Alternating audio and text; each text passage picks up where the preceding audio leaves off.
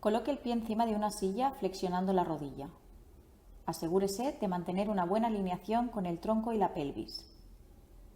Debe sentir el estiramiento en la parte anterior de su muslo.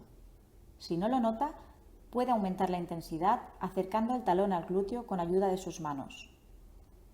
Mantenga la posición durante 20 segundos y repítalo 3 veces.